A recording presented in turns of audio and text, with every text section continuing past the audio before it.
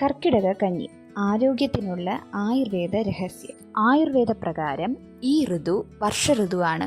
ഒരുപാട് ആരോഗ്യ പ്രശ്നങ്ങളും ഈ ഋതുവിലാണ് കാണുന്നത്. ആയുർവേദത്തിൽ ആദ്യത്തെ രോഗകാരണമായി പറയുന്നത് ഉള്ളിലുള്ള അഗ്നി കുറയുന്നത് കൊണ്ട് ആഹാരം പചിക്കാതെ അത് അവിടെ തന്നെ കെട്ടിനിന്ന് പല അസുഖങ്ങളിലും വഴിയൊരുക്കുന്നതാണ്. വർഷ ഋതുവിൽ വളരെയധികം ഈ അഗ്നി കുറയും. അതുകൊണ്ട് തന്നെ പണ്ടുകാലം മുതലേ കൊണ്ടുവരുന്ന ഒരു മുറയാണ് കർക്കിടക കഞ്ഞി.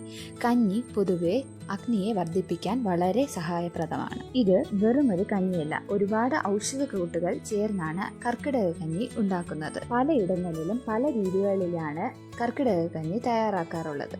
നവരേരി, ഗോതമ്പ്, ഉലുവ, വൻപയർ, മുതിര, ചെറുപയർ, കടല, കുറുന്തോട്ടി, ശതകുപ്പ, ചുക്ക്, കുരുമുളക്, തിപ്പരി, ശർക്കര, അതുപോലെ തേങ്ങാപ്പാൽ ഉപയോഗിച്ചും ഇതുപോലെ കഞ്ഞി നമുക്ക് ഉണ്ടാക്കിയെടുക്കാം. ചിലർ ഇതിൽ മഞ്ഞൾ, വെളുത്തുള്ളി, ജീരകം, ഏലക്ക, അതുപോലെ തന്നെ 2 to 3 ടീസ്പൂൺ അളവ് നെയ്യും കൂടെ ചേർത്താണ് ഈ കഞ്ഞി ഉണ്ടാക്കുന്നത്.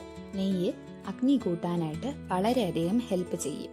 കുട്ടികളിൽ അതുപോലെ തന്നെ നവരേരി, ചെറുപയർ, ശർക്കര, തേങ്ങാപ്പാൽ, നെയ്യ്, അഷ്ടചൂർണം എന്ന ആയുർവേദ ഫോർമുലേഷനും കൂടെ ആഡ് ചെയ്ത് നമുക്ക് കുട്ടികൾക്കായിട്ടുള്ള കർക്കിടക കഞ്ഞി തയ്യാറാക്കാവുന്നതാണ്. കർക്കിടക കഞ്ഞി ഉണ്ടാക്കാനുള്ള പാക്കേജസ് ഇപ്പോൾ ലഭ്യമാണ്. പക്ഷേ നമ്മുടെ വീട്ടിൽ തന്നെ നമുക്ക് ആരോഗ്യപ്രദമായി ഉണ്ടാക്കാവുന്ന ഒരു കഞ്ഞിയാണ് കർക്കിടക കഞ്ഞി. വർഷ ഋതുവിലാണ് വാതത്തിൻ്റെ പ്രകോപം കൂടുന്നത്.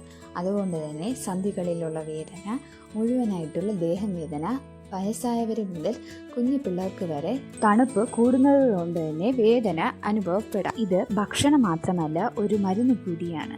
അതുകൊണ്ട് തന്നെ ആയുർവേദ മുറകൾ ഇനിയും നമ്മുടെ ജീവിതത്തിൽ പിന്തുടരണം. ഇതുപോലത്തെ യൂസ്ഫുൾ വീഡിയോസിനായിട്ട് ആയുർ ധന്വന്തരി ചാനൽ സബ്സ്ക്രൈബ് ചെയ്യുക. Thank you so much.